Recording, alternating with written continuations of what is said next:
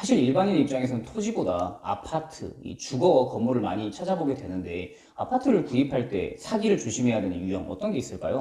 아파트, 여러분들이 생각하기엔 많이 안전하다고 생각하실 겁니다.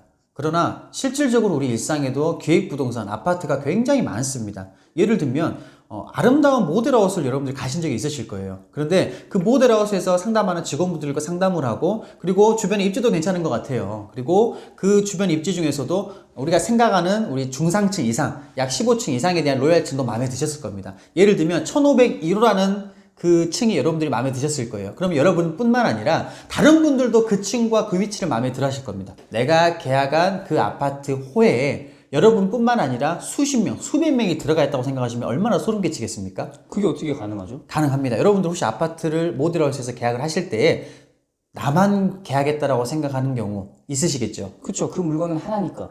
그런데 다른 분들도 다 그렇게 생각할 겁니다. 그게 걸리지 않고 사기가 가능하다는 거죠. 등기가 아직 완성이 된 상태가 아닙니다. 분양은. 그렇죠, 분양이라는 거죠. 그렇죠. 우리나라 같은 경우에는 전부 다가 선분양입니다. 그렇기 때문에 이게 확인이 안 됩니다.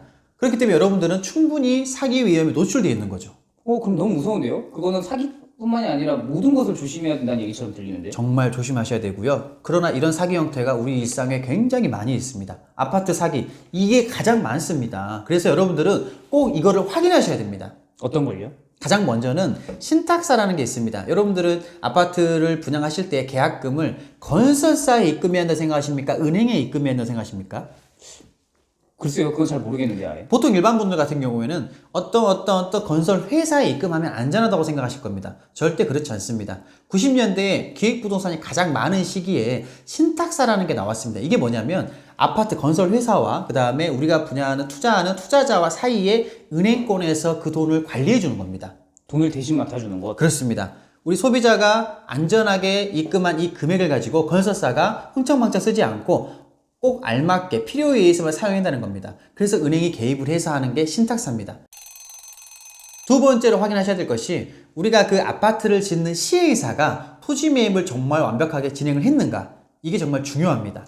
토지를 매입하지 않고도 분양하는 회사가 있다는 얘기세요? 여러분들 아까 말씀드렸습니다. 처음부터 사기를 치려고 마음 먹었던 그런 회사는요, 가짜로 모델하우스를 지어놓고 토지도 온전하게 매입하지 않고 분양을 미리 할 수도 있다는 겁니다. 그렇기 때문에 과연 그 토지는 전체적으로 매입이 완료가 되었는가 꼭 확인하셔야 됩니다. 그걸 어디서 확인할 수 있을까요? 여러분도 당연한 거죠. 토지가 건설사로 매입이 완료가 되었다면 등기부가 넘어가지 않았겠습니까? 등기부 등본을 떼보면은. 당연하죠. 토지 매입이 완료되어 있는가를 꼭 확인하셔야 됩니다.